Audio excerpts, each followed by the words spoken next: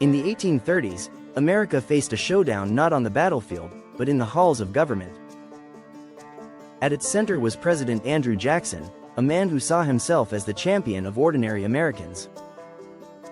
His enemy was not a foreign power or rebellious state, but the nation's own Bank of the United States. To Jackson, the bank was a monster, an unelected force controlled by the wealthy elite. To its defenders, it was the foundation of America's financial stability. The clash that followed became known as the Bank War, a struggle over money, power, and the future of American democracy. The Second Bank of the United States was chartered in 1816. It acted as the government's official bank, holding federal funds, regulating currency, and restraining local banks from printing too much paper money. Its president, Nicholas Biddle, was brilliant, well-connected, and determined to keep the bank strong.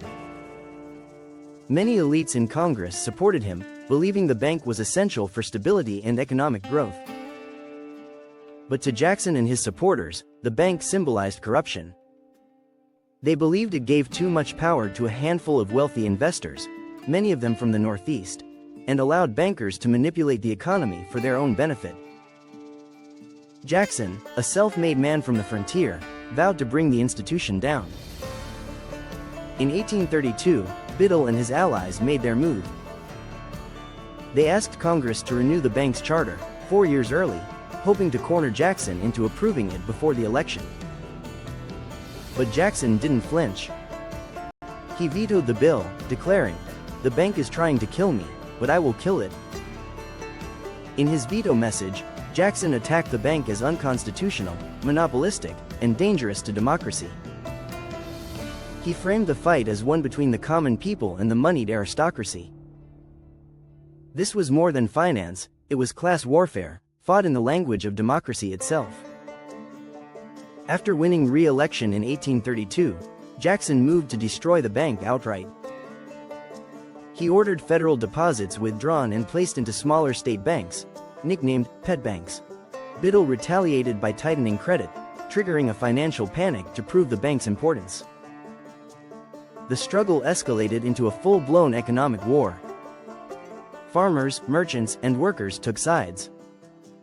Newspapers blasted Jackson as a tyrant, while his supporters hailed him as the defender of liberty.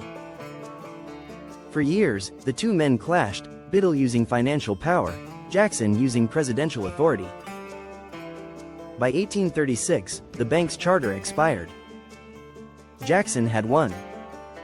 The Second Bank of the United States was dead. But victory came at a cost. Without a central bank to regulate credit, the economy lurched from boom to bust. Speculation soared, land sales exploded, and paper money flooded the system. Just months after Jackson left office, the economy collapsed in the Panic of 1837, a devastating depression that many blamed on his policies. The bank war was more than a battle over money, it was a battle over the soul of American democracy. Jackson cast himself as the people's champion against concentrated wealth. But his victory also unleashed instability that ordinary Americans would pay for in hardship and poverty. The fight between government, money, and power didn't end with Jackson. It continues in every debate about banks, corporations, and who really rules the economy.